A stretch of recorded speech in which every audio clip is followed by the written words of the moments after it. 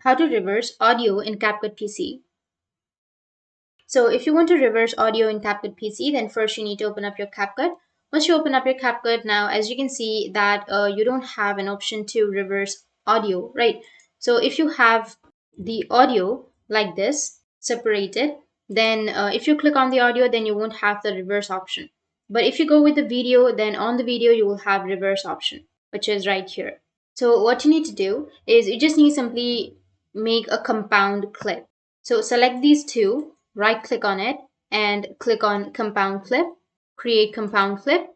Once you've created a compound clip, now you will have the reverse option. So you just need simply click on reverse and it will start reversing the clip with the audio.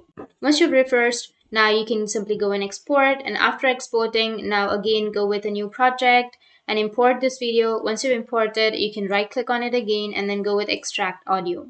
So in this way, you'll have reverse audio in your CapCut PC, and if you have any questions, feel free to comment below. Thanks for watching.